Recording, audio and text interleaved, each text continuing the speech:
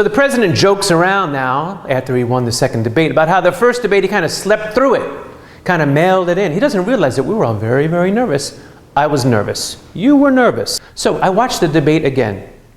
I muted it just to see how they walked around, how they danced around, and how they kind of floated around. Barack Obama, float like a butterfly, sting like a bee. That's him. Obama is Muhammad Ali. It wasn't so much what he said throughout the debate. It's the fact that physically there was a domination. And Ali was like Barack, you know? He talks a lot of crap. He lays back. Sometimes he shows up, sometimes he didn't. So we were sketchy, but we all pulled for him. Everyone's pulling for the president. October 1974 was when Ali did his big Barack Mitt Romney knockout, when he beat George Foreman. Everyone, including me, as a little kid, I loved Ali. We were scared when Ali was going to step in the ring against George Foreman. George Foreman is a bear. He is a giant. He crushed Joe Frazier, who was an amazing fighter, who beat Ali. But Ali is like, I'm going to kick your ass.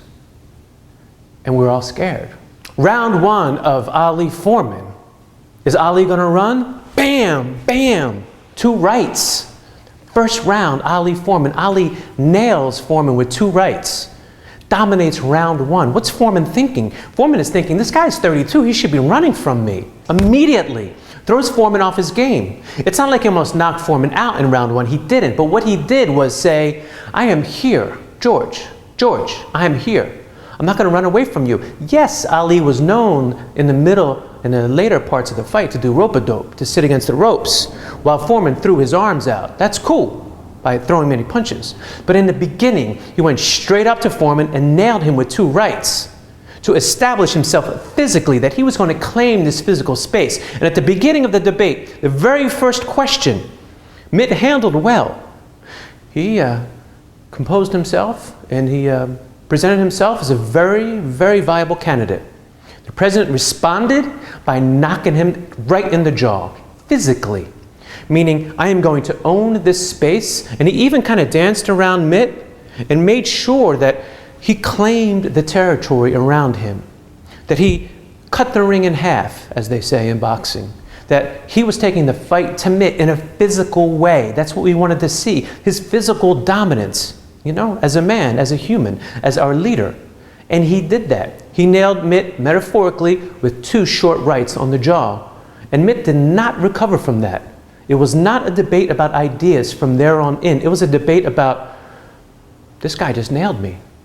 I don't think Mitt ever got punched in the jaw in his life, physically or metaphorically. The first debate, think how cool and calm and presidential he was. Let's admit it, he was presidential.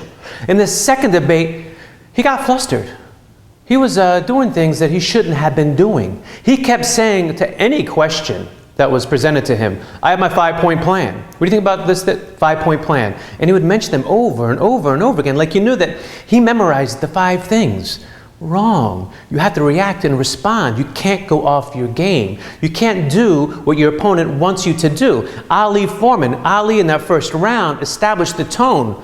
Foreman was mad. He was mad. So what did he start doing? He started throwing a lot of punches, big bombs, big rights, big bombs. And like I said earlier, Ali's laying back on the ropes. That's his strategy. Let Foreman get agitated. Let Romney get agitated. Romney is interrupting everybody. He's interrupting the moderator. He's like walking up to the moderator. He's kind of like becoming a little unglued. I was watching his eyes. There were 2 specific moments where he's kind of like, help me. Wow, we all saw that. President is cool and calm. And Foreman, if you watch rounds 2, 3, 4, 5, there's a couple of points where you kind of feel sorry for Foreman because he's out of his element. Now, Ali, Barack, they're biding their time. They're seeing their guy. They're making sure that their guy plays into their hand. That's what they're doing in the late parts of that. And what happens? Well, we know what happens. Round 8 comes up. Round 8. Round 8, Foreman is tired. He is gassing. His mouth is open because he can't breathe through his nose. He can't get enough oxygen in. Ali tags him, knocks him out. The champ, Ali Boombaye, Ali Boombaye.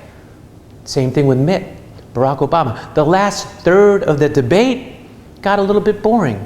Come on. last couple of questions were a little bit kind of not so great.